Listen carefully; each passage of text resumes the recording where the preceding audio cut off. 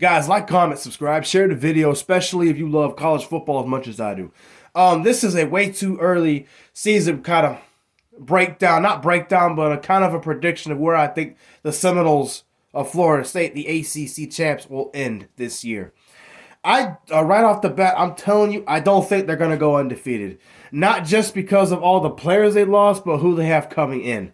DJ Uyunglele, I'm still not impressed with him. Now, I did make a video defending Mike Norvell getting him from the transfer portal. I do think he's better than what he was 3 years ago at Clemson when they had a bad year, losing to Georgia like they did, almost losing to Florida State, who didn't go to a bowl. They won 10 games that year. But DJ continued to not play very well in big games like Notre Dame, South Carolina, and eventually he got benched and he left the program when they were playing North Carolina in the ACC title game that they won without him.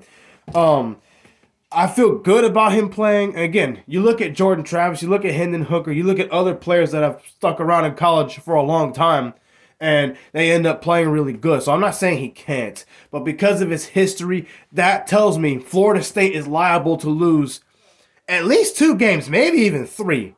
You know, I haven't really looked at the win total for all the teams. I like to watch Uncle Lou, so I talked about the Florida games. But Florida State at least is going to lose 1 game. They might even lose 3. Let's talk about who I think they're going to lose to and why. Who they possibly would lose to and who I think they will lose to. First possible game they can lose, Clemson. Clemson has owned Florida State since 2015. Outside of this past year that they could and should have lost, if they had a really good kicker, they'd beat Florida State. And Florida State was a great team this past year. They were really good. First time you've ever seen a team get punished because they didn't have their starting quarterback. Shout out to FSU and the playoff committee. But, outside of that, Clemson has dominated. And again, Clemson has had some great teams. Anything after their last playoff appearance game with Lawrence, 21 and 22, those last 2 games, Clemson really wasn't great. They were pretty good, but not elite. And they were still beating Florida State when Florida State was going up and Clemson was going down. And really, to be honest, this was a down year for Clemson. Clemson lost 1 home game, but they still almost beat a top 5 quality Florida State team. Top 4 with Jordan Travis. So my point is, that's a game they could lose. I know it's in Tallahassee this year. I know they lost Will Shipley, but Clemson still recruits pretty decent. They get good players. Dabo Swinney knows how to develop a team, and he was already winning games before he had Trevor Lawrence, before he had all those other elite players he eventually got before NIL came around. He was still winning a lot of games. So with that being said, this is a game Florida State easily could lose. Okay?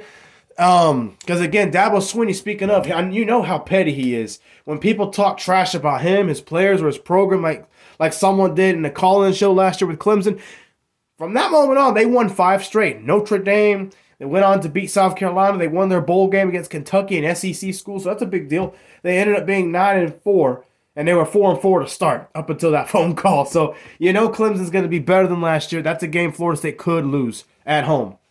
Could lose, not to say that they will. Who else? Miami is a very possible loss, and I'll tell you why. The difference will be the quarterbacks in this game. Now, I still think Norvell's a better coach than Cristobal, but Miami still recruits better than Florida State does. I'm talking about just recruits. I'm not talking about the transfer portal. Over the last few years, since Cristobal's been there, he has recruited better. He has out-recruited Mike Norvell and Florida State, despite losing to them in the last 2 games he's had. They had a great defense last year. They bring it back most of that. They had a pretty decent offensive line. And the thing is, Miami's didn't lose too many players to worry about. You know, they recruit good. They're going to probably have more. They will have more. They brought Cam Ward. What's his name? Cam something. I forgot his name.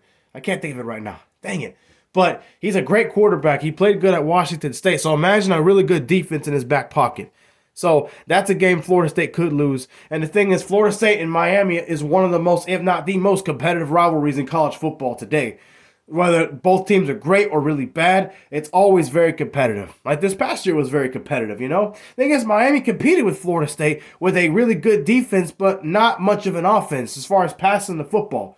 So that's a game Florida State could lose, given that it's in Miami. And as far as the series goes, Miami usually beats Florida State. If you don't believe me, look it up. It's true. So shout out to the Canes.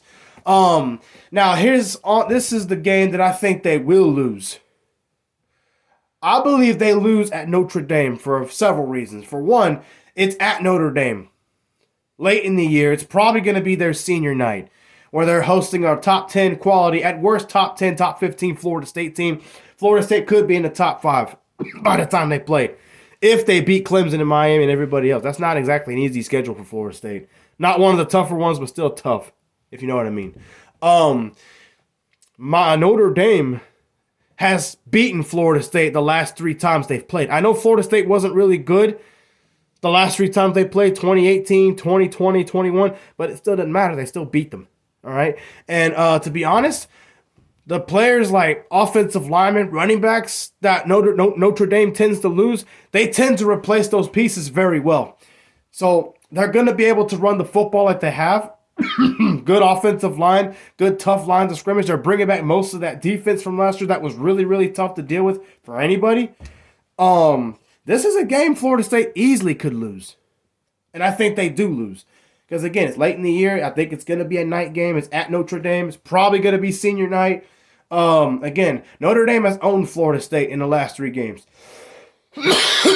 So, and even though I think as a program, Florida State's getting better, they are replacing players.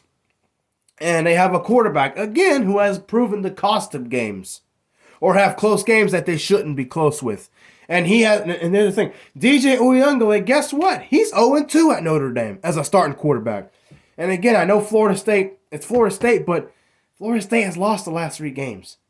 So that's a game I think they do lose. So with that being said, I think Florida State at worst is 9-3, at best 11-1. I don't think they win the national championship. They could make the playoff, but that's my opinion, to be honest.